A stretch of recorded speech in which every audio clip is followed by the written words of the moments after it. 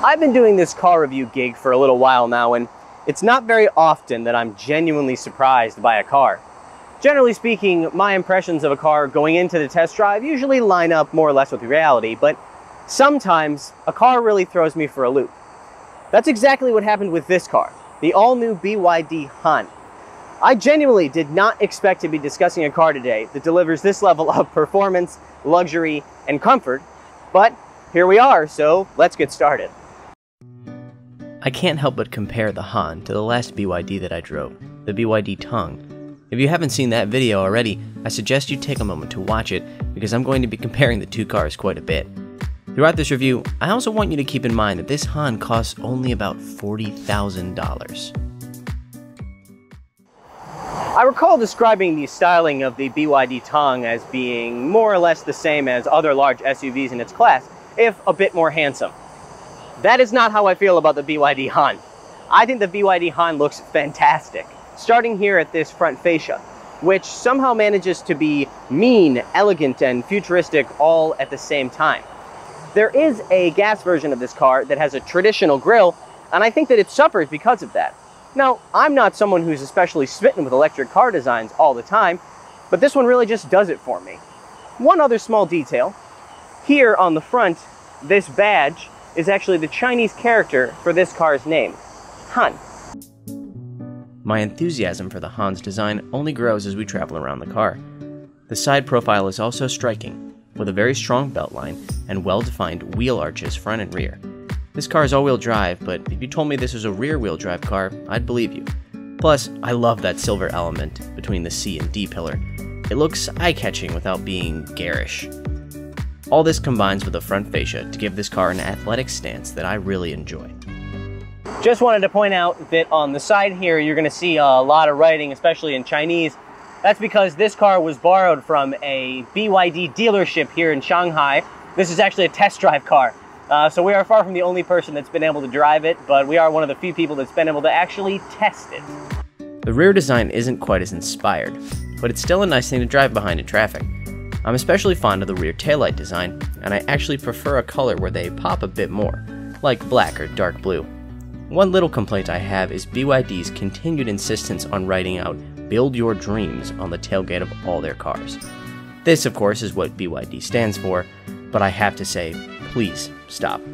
I haven't seen this many characters written on a car since those stickers that Japanese manufacturers would use in the 1980s.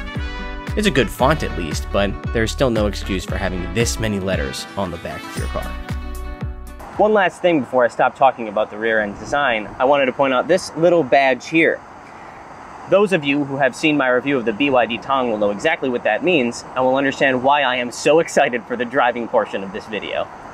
When it came to the interior of the BYD Tang, I found it perfectly acceptable for its class. The only standout feature being the large center screen that could go from landscape to portrait and back. I think that the Han, in addition to keeping that very cool feature, surrounds it with a much more interesting design.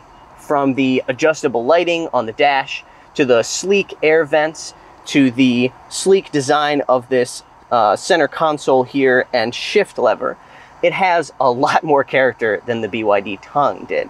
The red interior on this particular car is also pretty fantastic. One thing about the interior is that it is a much more traditional design than a car like a Tesla, for example. But I think that's going to appeal to a certain subset of buyers, especially here in China. But the cool lighting and the big screen and the cool vents are not my favorite thing about this car. My favorite thing is in here. Yes, this is a Bluetooth microphone, which means that you can do karaoke inside of this car. Now, at this point, I would love to serenade all of you with one of my favorite 80s power ballads, but unfortunately, doing that would get us taken off of YouTube with a quickness. So you're just gonna have to watch my performance and imagine what it would sound like. I'll tell you now, it's amazing. You don't realize quite how big the Han is until you sit here in the back seat. Legroom is impressive, and backseat passengers can enjoy some pretty great features, including reclining seats. You can also control a ton of the car's features using the screen on the center armrest, including everything from the air conditioning to the adjustable lighting. Sitting back here, you might just forget that this car goes 0 to 60 in 3.9 seconds.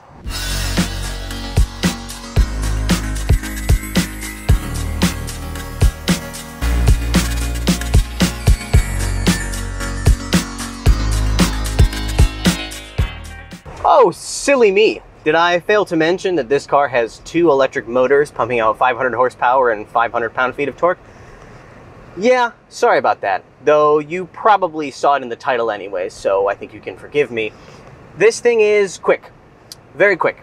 The kind of quick where you need to double-check the distance between you and the car in front of you before you hit the accelerator pedal, because it just swallows space in huge gulps.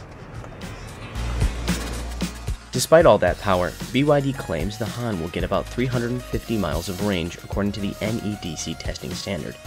Now, I'd take that number with about a metric ton of salt, as the NEDC has been replaced by the far more realistic WTLP testing standard at this point. It's hard to know what it would get into real-world conditions, but I guess it's significantly lower than 350 miles. Figure somewhere between 275 and 300 though, and that's still pretty impressive. That 3.9 seconds 0 to 60 is a full second faster than the Tong, but in addition to that, this car actually has decent steering. I describe the steering in the BYD Tong as being something like a 80s video game. And while we're not talking about Lotus levels of precision and feedback when it comes to the Han, I can say it is leaps and bounds better than the BYD Tong. BYD also says that this thing will stop from 100 kilometers an hour, about 62 miles per hour, to 0 in only 104 feet, thanks to some big Brembos front and rear. That's a pretty impressive stopping distance for a 4,200 pound vehicle. Now, that weight is actually perhaps a little bit beneficial when it comes to the ride of this car, which is actually quite nice. It doesn't ride on huge 20-inch wheels like the Tong, which helps, and as a result, it goes over speed bumps and potholes quite well. Now, what isn't helped by weight is handling in general, and I wouldn't say that this car wallows through corners or anything. Its body control is actually pretty impressive, but it also isn't flickable. The thing is, though, that doesn't matter, because the real stars here are these electric motors, which are incredibly addictive. My producer was getting very mad at me because when we were doing car-to-car filming, I couldn't help but hit the accelerator pedal every single chance I get. So this video is going to be full of footage of me driving away from our film car as opposed to next to it. If you ask me, surprises are what makes life worth living. When I drive a cheap sedan, I expect it to drive like a cheap sedan. When I drive a Porsche, I expect it to drive like a Porsche. When they threw me the keys to this car, I expected it to drive like a BYD Tong, except a sedan. Sure, I knew it was supposed to be a little bit quicker, but I genuinely did not expect the all-around package that this car delivers. That is the kind of surprise that keeps me loving this gig. Thank you for watching.